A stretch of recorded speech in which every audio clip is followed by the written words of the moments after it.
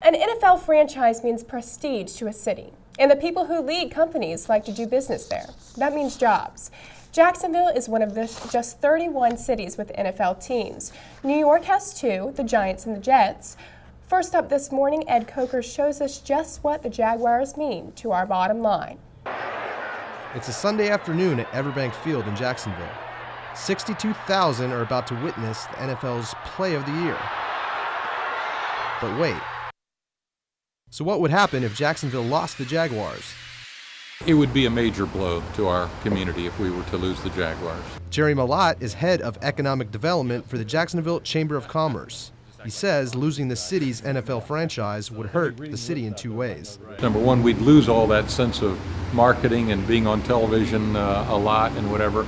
We would also suffer from the stigma that we lost our team. Now that's happened to other cities, but we're a smaller market than others. Malott says the Jaguars give Jacksonville a national profile and an identity that was missing back in the mid-1990s. What's happened since we got the Jaguars were that we've elevated the status of Jacksonville in Northeast Florida to a level of a major league status. A company looks at us differently than they did before the Jaguars were here. And Malott added, that status made companies across the country view Jacksonville as an attractive place to do business. We have created 60 or 70,000 jobs during that period of time, many of which I think related directly to the new status level, not because we play football, because we were thought of differently on a national scene. The impact of the Jaguars reaches far beyond Everbank Field, far beyond Jacksonville's city limits.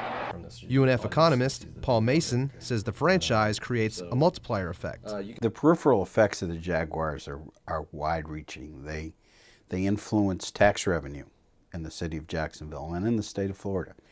They influence the donations that are made to charitable organizations locally because of the charities that the Jaguars run.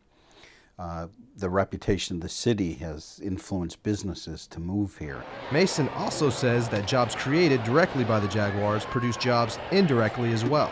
Not just the jobs with the team, but the peripheral jobs for the suppliers to the team and the stores that the players and the staff frequent and the stores that supply those stores. And so it's a very substantial amount. The NFL awarded Jacksonville a franchise based on the belief that passion for football would make up for its relatively small market size. However, attendance figures from the past 2 years show that the original passion for the team didn't last. Last season was a disaster for the franchise, on the field and at the bank.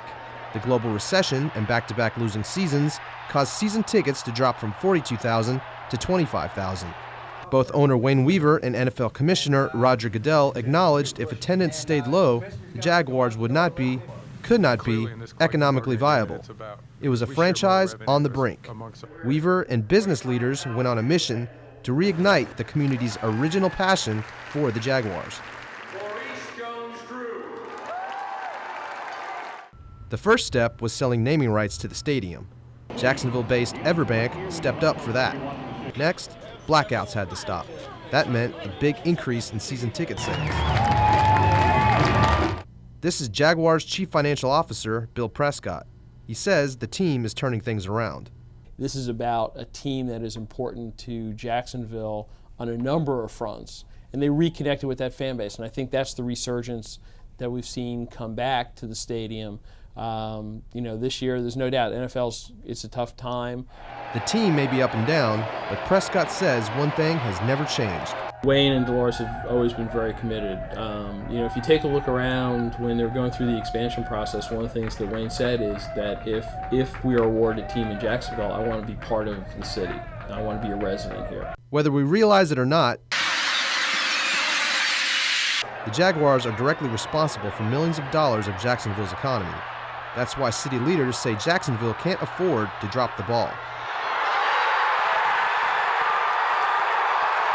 Ed Coker, Inside Jacksonville. The Jaguars' attendance this year has defied both the economy and the overall league trend. Average attendance across the NFL is down 0.5% compared to last year. Not here. Jacksonville's attendance through the first 5 games of the season is up an eye-popping 37%.